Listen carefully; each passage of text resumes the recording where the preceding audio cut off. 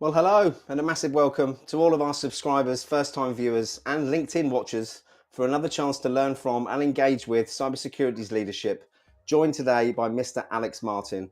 Alex is currently the Director of Cyber at Trust Hogen, a leading cybersecurity consultancy firm, and has over 20 years of experience in security testing, security infrastructure, architecture, security solutions, and threat intelligence. He also holds the Security Plus and CISA Plus certifications from CompTIA and is an affiliate of the Chartered Institute of Information Security.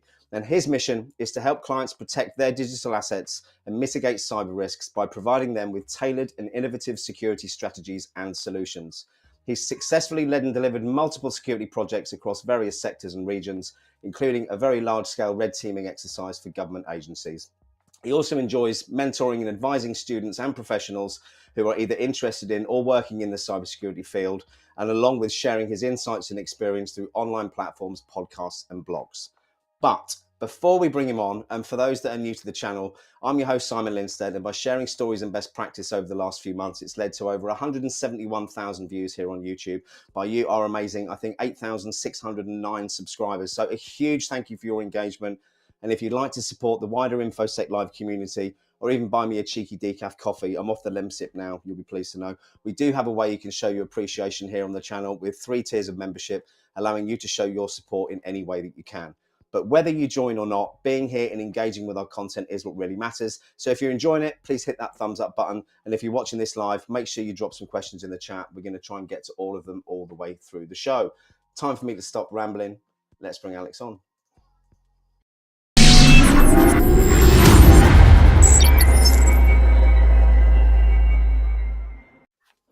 Welcome, welcome.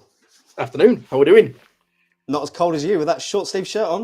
Mate, I've got the heating on. It's cranked right up, but I can't put the fans. It's lovely. It's a lovely shirt. Alex, thank you so much for taking the time to come on. I made that joke because we were just saying how cold it was off air before we came on today. Alex has got heating. That's him showing off. We ran out of oil yesterday, so I've got a really big fluffy dressing gown down on the floor there that I'm not going to put you through me wearing on the show today. But firstly, loads of people watching you, Alex. You've clearly got a fan club out there. So good to see some usual faces along with Kaya, Phil, Sanket, Mad Dog, Precious, Alsa's in the house. Who else have we got? Carey's having a bad day. It's going to get better, Carey. My son, Alfie. Good to see you, Alfie. And if I've missed anyone, Jason Carrico, missed anyone else, I massively apologise for that. But I've given a bit of background on the intro about you, Alex. But shall we start off with your journey into cybersecurity? The show is called My Cyber Pathway. So let's try and have some structure to that. What is it that got you interested or into the industry in the first place? Okay, well, firstly, thanks for having me on here. It's very much appreciated. Pleasure. But the pathway into cybersecurity for me was, I suppose, a little unusual. I've always, as a child of the 80s and the 90s, you know what I mean? So like tech was just coming on board and people were starting to play around with stuff and all that kind of access to technology was becoming a thing. And for me, it was definitely more, I don't know, an interesting. As a kid in the 90s, you could reset your parents' VHS without, the instructions and figure stuff out. It was just what it was. Yeah. So I've always had one of those sort of analytical, mechanical brains, if you like. And I wanted to get into... And an innate desire to annoy your parents as well, by the sound of it. Alex. Yeah, if you could just turn it back an hour at a time, that just messed the whole day up. You know what I mean? But yeah, I always enjoyed using computers and had this thing where it was like, if somebody always asked a question, I could solve it. I knew how they worked, So I actually wanted to get into like support and that sort of, the more technical side of things. And I'm going to sort of annotate this with the phraseology of it's not what you know, it's who you know, right? And I think I was sort of teeing myself up to this call this afternoon by thinking about it a lot last night. And throughout my career, it's always been somebody that I've known that's kind of got me into that position. Sorry, all I heard was that you were thinking about me while you were in bed last night. Did you say something else? That's not something that happens often, Alex. Sorry, carry on. Sorry, mate. You were there with me in thought. So I kind of got into cyber accidentally because the mother-in-law actually worked in recruitment and she knew a company that was in IT stuff. She said she didn't really know what they did, and got me my first job in cyber, which was actually in sales rather than the technical side, right? Yep. I thought to myself, oh, great, I'll just get into this for the next year and then move sideways and jobs are good. And 20 odd years later, I find myself now at this side of the desk, still doing the same thing. I'm not sort of classically trained. I didn't go to university or college or anything like that for this subject matter. I've seen a question earlier about whether there is a need for it. I think if you're in your younger years, there definitely is, just starting out on the track. I think in days gone by, it might have been that you could still learn the trade on the fly, if you like. But I think nowadays there's so much competition. I think it is definitely worthwhile getting some level of certification. I add to that, though, it doesn't need to be necessarily in cyber, depending on what you want to get into, right? Yeah. Obviously, if you want to become a pen tester, you've got to kind of know what the writing is and the coding and the tools and all that kind of stuff. But if you wanted to get into SOC analyst or sales or advisory or data protection or something like that, I think what the certification does, if you're getting a degree, is shows to an employer or a potential employer that you've got the staying power, that you can start a project, you can work through a project, you can meet deadlines, you can converse and liaise and all that kind of stuff. And then you can produce a document at the end of it, which shows your findings. And I think that is primarily what people are looking for as far as a certification goes. Again, obviously, if you want to then specialize, you've got to kind of go down those routes. Going back to your earlier comment, you came in as sales, and you kind of 20 years later still find yourself on that side of the desk. I mean, I tried to come in as a pen tester 3 years ago, after a 30-year career in sales, and guess where I've ended up back, right? I think that the question I've got, is there hope for people like me? Not me, wrong question.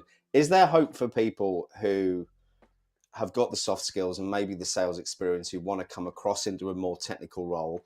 Or is that a bit of a pipe dream? What do you think about that? Good question. I think it's a hard one to answer as well, I think, isn't it? Look, I mean, I'll be completely blunt about it. I'm going to say it's probably a pipe dream. Yeah.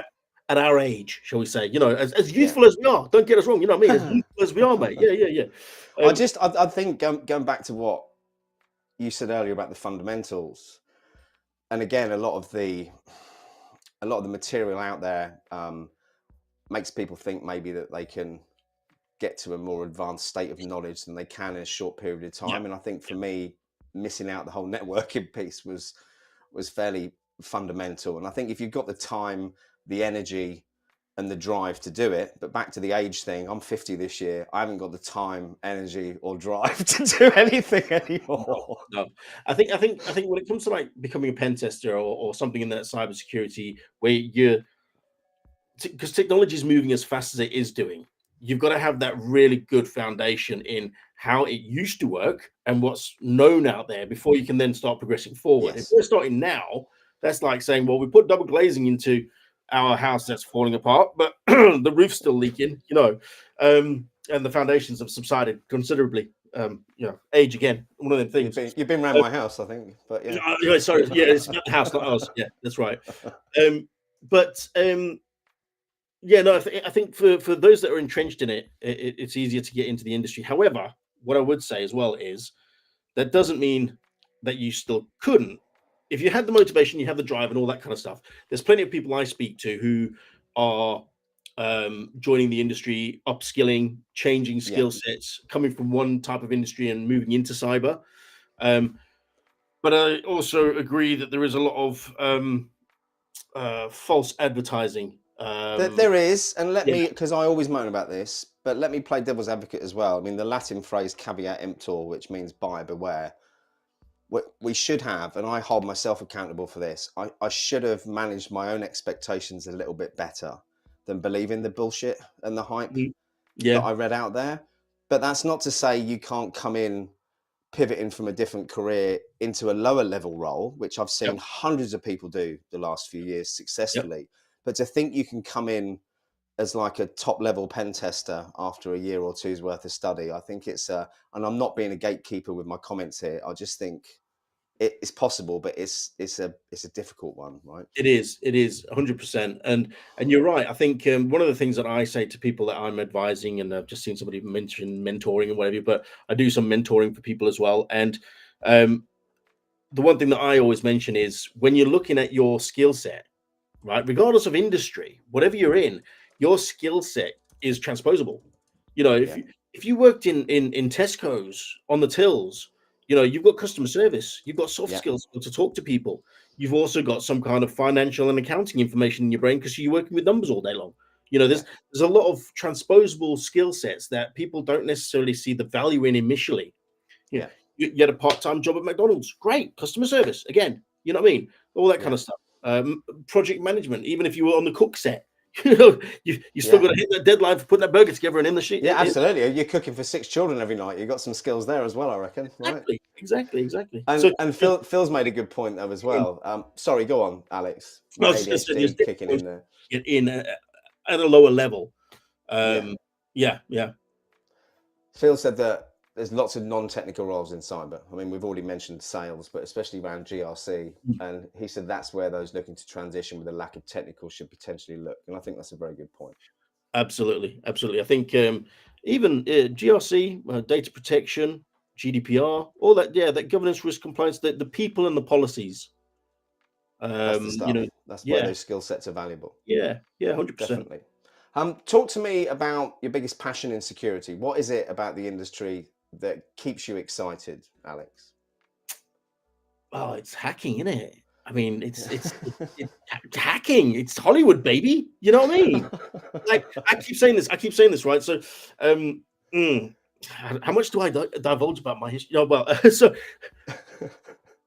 Feel my free. school teacher told my parents I was either going to be extremely well off or I was going to Yeah. spend a long time in jail. It's really funny because my parents were told exactly the same thing. Really? Yeah. That's just a generational thing. Maybe it was everybody I got this. think maybe, or you were just a complete pain in the arse at school, like I was. Yeah. But you know what I mean? Like we've all played cowboys and Indians as a kid, you know, cops and robbers, all that kind of stuff. And cyber is the closest that I can get to doing something illegal without doing something illegal. Yeah, it sounds You like know, me talking here, Alex. I'm loving this, by the you way. know, This is why I wanted to be a pen tester. yeah, yeah, exactly that, right? Exactly that. So I can kind of play both ends of the spectrum because again, I'm commercial, but I'm also very technically minded. You know, I paid attention in class. You know what I'm saying? So I know how the guys do it. I just don't put fingers on keyboards, right? I don't have that skill set, but I know how they do it and what the format is and the formula that they use to do it, right? So there's nothing better for me than going into a business and like talking to them about what have you got, what needs to, and advising them about the security. But then also saying to them, okay, cool. And now we're going to do a red team and we're going to go away and we're going to plan an attack on you guys. See you in 6 months. How You know what I mean? exciting. And then have all that side of thing going on as well. Because yeah, if you did it without their permission, you get done. But you know. Yeah. Yeah. And how long have you been doing the operational side of it then? What you're doing now? Uh I mean, in total, cyber, probably about 20 odd years now. Wow. A Right. while. And A with while. and with the current company, how long have you been with them? Well, so Trust Hogen, this is going into 13th, 14th month now.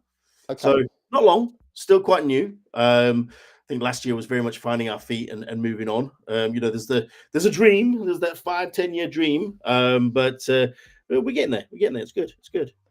Exciting. Where were you before? So before this, I was at a threat intelligence company called Cyber Operations. Okay. And again, you see, so the way my career sort of progressed over the time has been very much solution based to start with.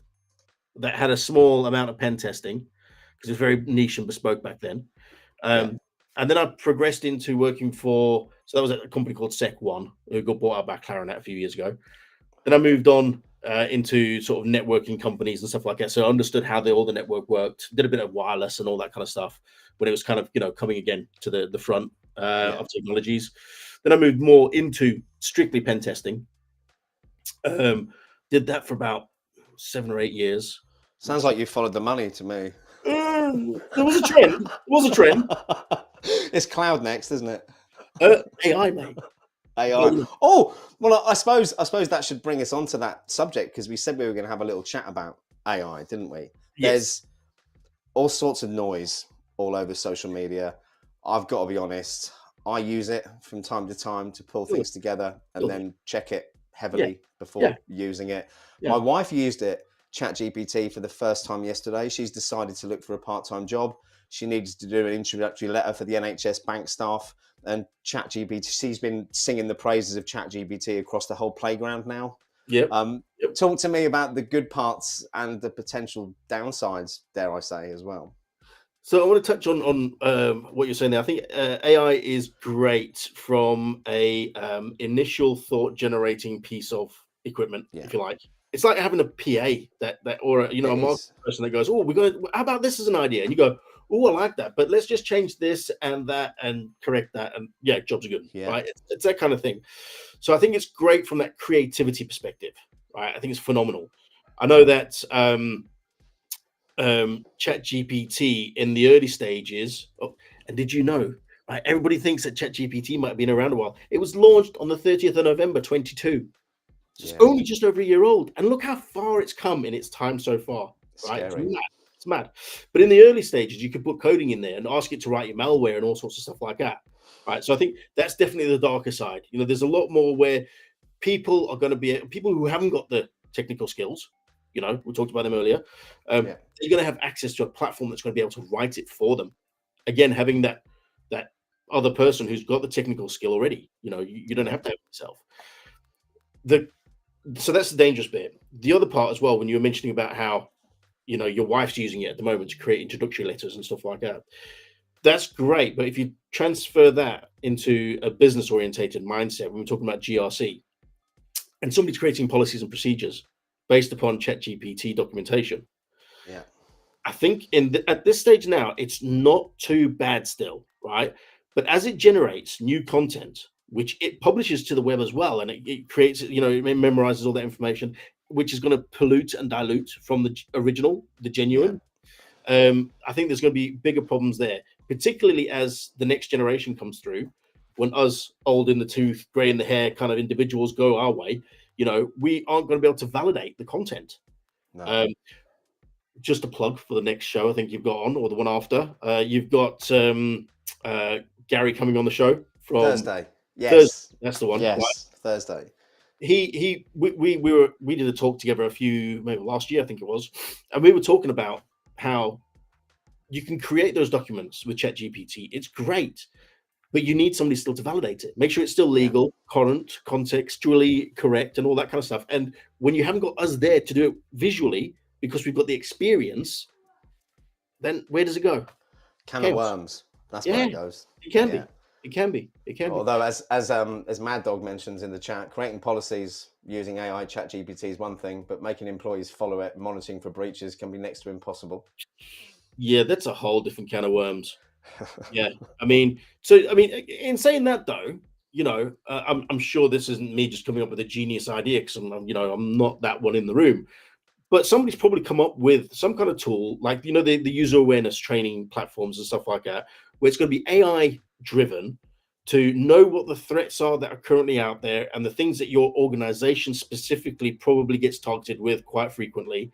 Yeah. They'll know who's done the training, at what level they're at, and the AI will then create some algorithm that says, right, you actually need to focus on this a little bit more, in accounting, or you in HR or whatever like that. And that AI could then work beneficially to empower. Because it's just intelligently sifting data, isn't it? Which we don't have time for as humans, right? Yeah, exactly. But I think it's, we're at a threshold of point in time, I think, as a species, where this technology is emerging and moving at a rapid speed. And I think twofold, we have to be very careful about what we do, but also it's really exciting. I kind of love this new stuff that's coming out. It's like I suppose there's a lot to be said for the influences we have as children. I mean, you look at what Elon Musk is doing now, everything he's doing, you can see that it relates to what he wanted when he was a child. Correct me if I'm wrong, and I think we're now seeing science fiction becoming science now, aren't we? And especially with the Neuralink, I saw yesterday in the news that they finally shoved one of those in someone. Really? So you can control your smartphone without moving your hand. I mean, it's brilliant for people who've got disabilities, who've lost limbs. It's fantastic. But I do question, you talk about the species and where we go next. I've read a few books where they seem to think the evolution of our species is our species dying out for one that's combined like a cyborg thing going on. And unless it's regulated, and going back to what you were saying about the pace of it at the moment, who knows where it's going to go in the next few years. And as a parent of many, many children, it is a little bit of a concern, I've got to be honest, whilst also highly intriguing and interesting. Oh, it is. I mean, if you think, I was talking to somebody last week talking about how technology is now. I mean, you're talking about Neuralink being able to control your phone without using your hands and all that kind of stuff. The conversation I was having with him was about wearables. So, looking at like Meta Quest 3 that's just kind of come out. You're talking about Apple Vision that's launched as well.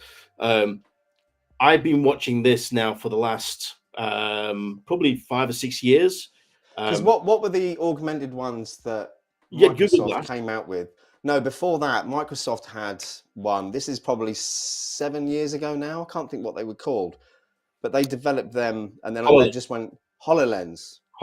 So you had Google Glass Project first, then you had HoloLens. Recently, I've just gone and had a look because I was totally intrigued and was watching them for ages, waiting for them to come to market. And the developer kit is still $3,500.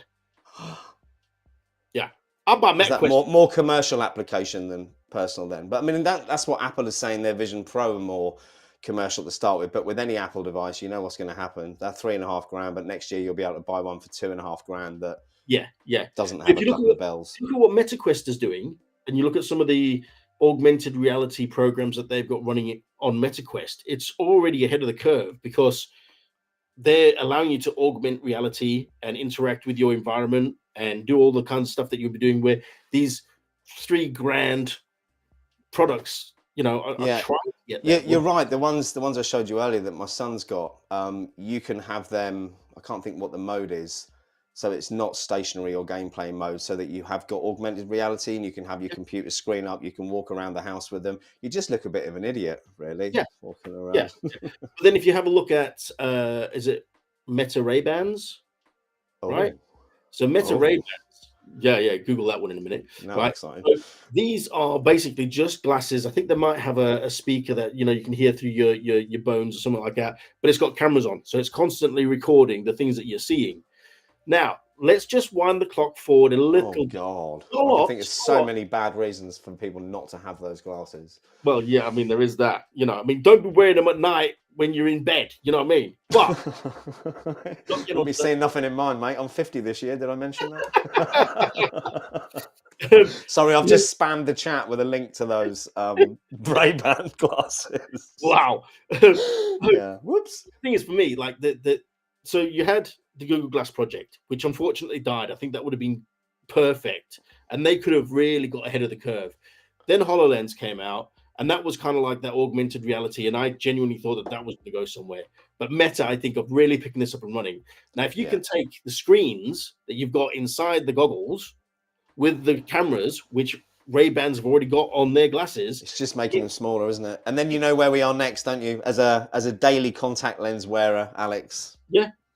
This is what I've been envisioning now for the last however many years. But that's by the time it comes to reality, I'm going to need a bionic shoulder, a new leg. I've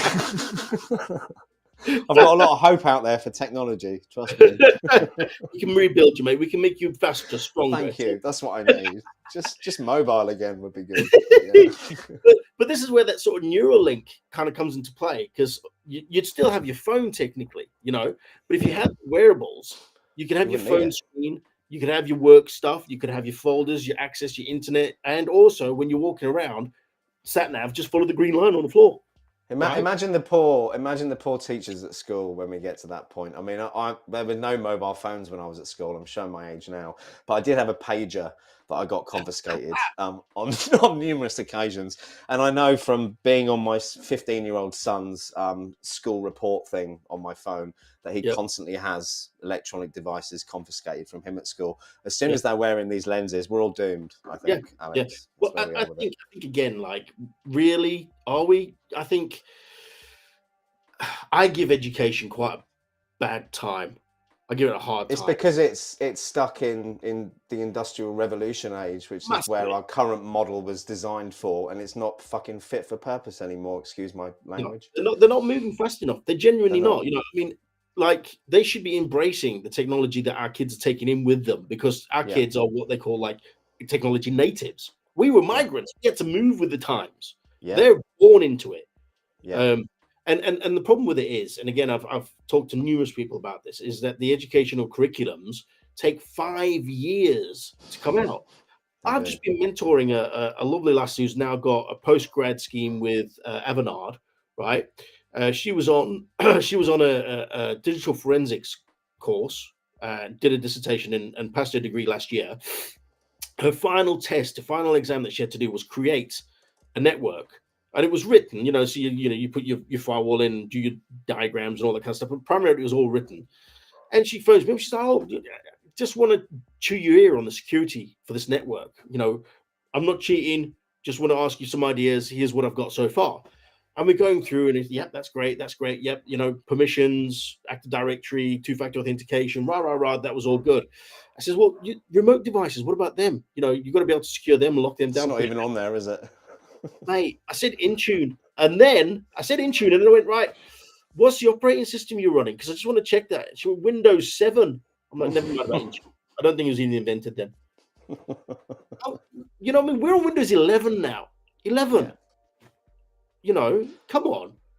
I agree. I think my 18-year-old Sonny, sorry, is he 19 now? My 19-year-old Sonny needs to Should get know. that right. Should I know. should know, but I've got You should know. 6, so it's difficult. It's difficult. It's difficult. He was one of the first students in the UK to do technology levels, T levels, Yep. which I think were the right direction. But again, he said when they were doing the course, a lot of the content was already updated, and this was coursework that had been done like 12 months before as brand Yep. new. Yep. However, for anyone out there who's young and at school and considering technology levels, that technology level did get him a work placement at Aviva. And off the back of that work placement at Aviva, he then applied for an apprenticeship role, which he was very fortunate to get. And back to what you said at the start, I think, Alex, it's not always what you know, it's who you know. Yeah. So Yeah. I think doing anything to get you in a position of making the right connections and being able to demonstrate that you're actually competent is a win, isn't it? Yeah. I mean, you said it right at the beginning as well about networking. Yeah. I think one of the things I always say to people I advise and mentor and all that kind of stuff is build your personal brand. Go out there and let people know that you're there. Yeah. Network, go to events, talk to people, make friends. And again, it's one of them things where there's so much information being spammed at us at the best of times that you have to find your channels of knowledge. And if you haven't got that network to be able to rely and trust and validate and verify information, then you're going to get stuck very quickly. Yeah, I mean, I rely on so many people in this industry on a daily basis. One, for mental health support, and two for guidance. And there's so many amazing people who do that. I mean, I know that you know a really good friend of mine, Jay Tilson. I mean, he Yep. messages me every day to check in to see how I am. Professor Buck That man is Rogers. never in one place for too I long. feel so sorry, Jay, if you're watching this. I know you're in London this week, which is amazing because you're just all over the world, everywhere, and I don't know how you cope. He's in But Geneva. he's one amazing example of a leader who's prepared to give up their time, like yourself. Professor Buck Rogers, he's Yep. another one. Guy used to be CISO at the Bank of England. He texts me twice a week, just for a catch up. If I've ever got any kind of questions, or if I'm not sure about something I'm going to do with the community, I've got all these people: Steve Hindle, Greg Vandergast, all of these people at the end of the phone. And I tell you what, coming from financial services, Alex, I've never known anything like it. It's a breath of fresh air. It really is. But going back to what you were saying, I haven't gone out there trying to take or sell anything from these people. I've gone out there and tried to learn from these people. And I think if you have that attitude where you're looking to see how you can help other people, you don't have to be an expert in cybersecurity to help people who work in cyber. Back to your point about transferable skills. But it's about doing it for the right reason and building your network for the right reason, not just to try and further your own financial or career benefits. That's my opinion. 100%. I mean, again, I've been on this journey, personal development journey, since the back end of the pandemic. And I think the pandemic for me was an eye opener, not from it gave me more time with my kids and my family and that sort of work life balance perspective. Yeah. But it gave me an eye opener of I'm not very well networked at the time. Yeah. Wind the clock forward 3 years, I've done pretty well to establish myself out there and get myself going. 100%. But it's taken a lot of effort. And as much as I always still now push out, want to network with people, again, coming back to my phraseology of it's not what you know, but who you know, because not everyone knows everything.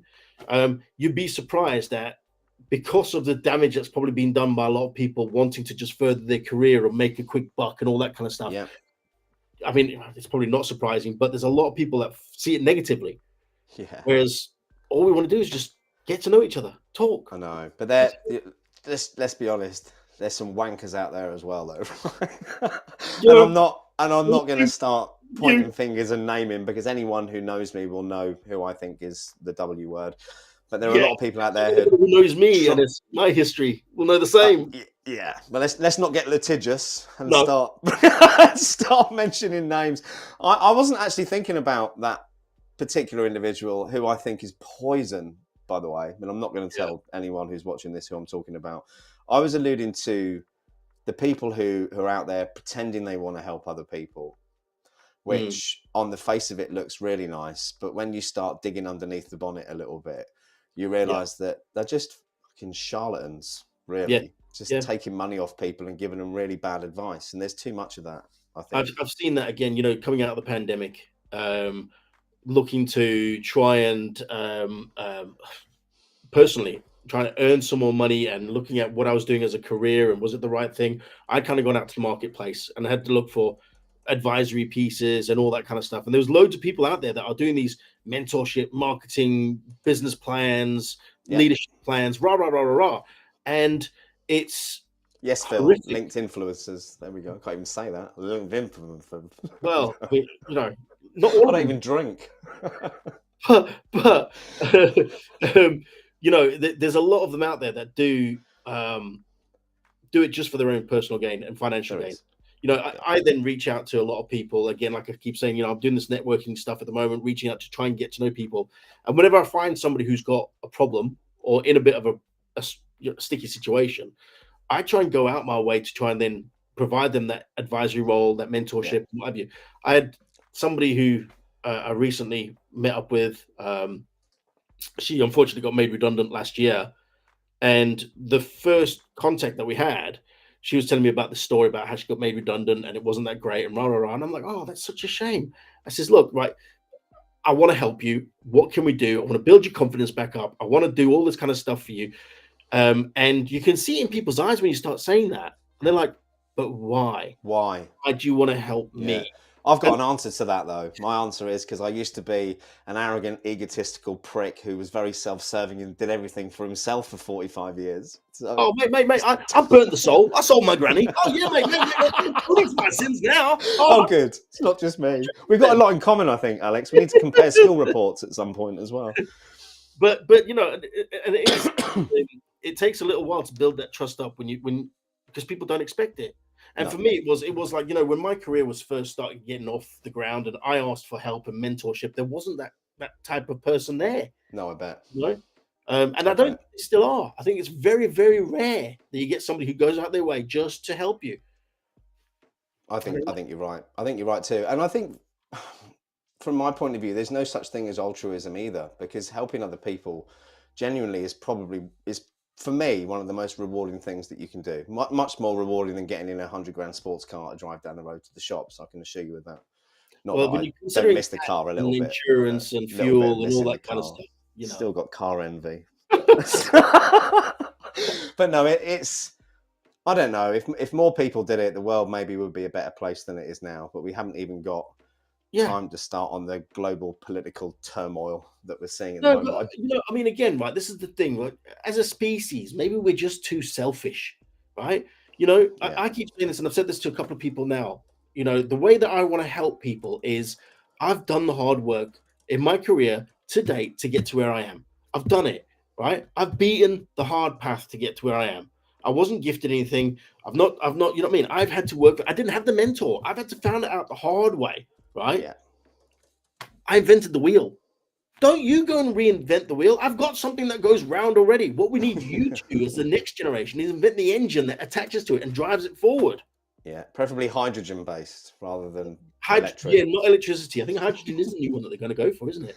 I think so. I don't even want to get started on that. Do you have an electric car before I start making comments? No, my wife does. And I curse her. She won't let me get a tumble dryer. But she's got. I'll tell you what. If we didn't have a tumble dryer, we'd have had no heating yesterday because we've been keeping the house warm and that downstairs. All the kids around the tumble dryer I wish I was joking. I really do.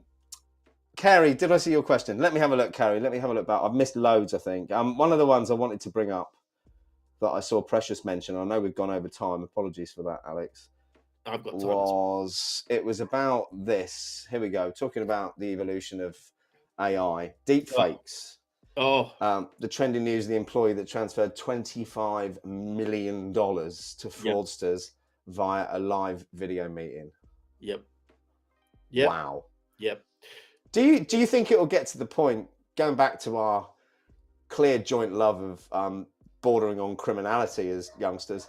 Do you think that video and photographic evidence will no longer be admissible in court soon? Oh, I think that's a tough one. The digital forensics side of it all would have to really quickly get ahead of the game. Yeah, which they're not, I don't think. No, no. No. I mean, we're still lucky enough again, because it's the advent of this curve, if you like, where the technology is not that great yet. You can still spot a fake. There's something just out of sync with it, and things like that. But as the technology is moving forward and getting better, it's going to be more difficult. So quite possibly, unless you have a watertight alibi, evidence that you are somewhere else, you potentially are going to get embroiled in something. It's yeah. I There is completely actually. agree. I just seen it the other day, and as soon as we're on this deepfake topic, there is. Can I share a link? Yeah. There's a link. If you want to put the link in the private chat, I can then copy it and drop it. Okay, let me just bear with me 1 second. Share. Right. One moment, caller. Right, there we go. I'll put it in there. So this I got shared with me last week. This used a single image from somebody's Facebook and augmented it, gave it a voice, aged it, and it was this couple's daughter that was talking to them as if it was like a few years in the future, talking back at them. And God, that's if you disturbing. watch it and you know the voice, what she's saying, the video quality of it, you're looking at. I've looked at it and thought, it's an actress. It's an actress playing the It's not part. though, is it? It's not. It's AI still. It's augmented. It's AI generated. I don't know whether I should admit this or not. I haven't watched TV for a long time. Just you putting that caveat in front of that statement before I come out with this now. sat down with my wife last night, and we were flicking. She was flicking through Disney, I think it was, looking for something to watch, and we watched The Creator. I don't know if anyone's seen that. I watched half of it. I watched half. Loved that film. Watched it on the plane to Austin, and watched it again the other night with my wife. But we found, I think it's the latest Indiana Jones film. Showing my age here. Oh, it was like pulling teeth. However, how good was the Indiana Jones when he was 40 years old in half of the film that was clearly AI or generated through? I mean, I just couldn't believe it. Blew me away a little bit. My wife and I was sat there like this. Is it because we both got bad eyesight? Is that okay anyway? The worst bit of AI you'd ever seen. It could be morph for my eyesight. You wouldn't even know. Oh dear!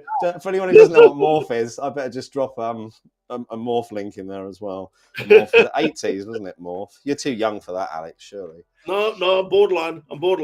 Borderline. But Phil up there with the Egon from Ghostbusters. Yeah. I mean, that was... Oh, guess who I saw? How exciting! Although I wasn't brave enough to actually speak to the gentleman. If Jason Carrico is still in the audience, I was with him at the time in Austin. Bill Murray walked past. No. But Bill Murray was in a cowboy hat shop in Austin and walked past and went, "Howdy, y'all." Carried on walking. And I was... Yeah. All these one-liners came up about 10 minutes later. I ain't afraid of no ghost. Another thing, nothing. Oh, nothing. I had nothing. See, I think if you'd have kind of gone for something, what was it, Groundhog Day, or what was the other one with the gopher where it was the Caddyshack? Oh, Caddyshack, brilliant film. Yeah, love that. Yeah. You are showing your age now, Alex. I'm showing my age. Look, we're over time. We're gonna have to wrap it up. It's been a bundle of fun, actually, Alex. You'll have to come on again in a few weeks' time and continue this conversation if you'd be up for it. Mate, there's so much more to talk about. So anytime you want me, let's get scheduled for a couple of weeks. It'd be great to have you back on the show. We've had an amazing audience turnout. Great to see some new faces and some old faces as well. Thank you for the engagement. Thank you for the questions. Sorry we didn't get to yours, Kerry. You had gotten a question for Bill Murray and told him a joke. I will drop... That's not the link. Hold on. I nearly dropped in all sorts of bad content in the chat there. Hold on 1 second. I'm going to put in Alex's LinkedIn profile in case anyone wants to connect with him. I hope that's okay with you, Alex. Yes, no, absolutely. Yeah. Perfect. And for anyone who's a glutton for punishment, I'll be back in the studio in an hour and 15 minutes with Jake Bernardez, CISO, for the changing role of security governance. So if you're interested in finding out a bit about that while you eat your dinner or your tea or your lunch, depending on where you are, it'd be great to see you. Alex Martin, it's been an absolute pleasure. any final last words of wisdom for our audience before we wrap things up? So I threw this line out there at an event last year, but we're all in cyber. We're all in cyber, and with great power comes great responsibility. So people, stay safe. Peace out. Cheers, everyone. Bye.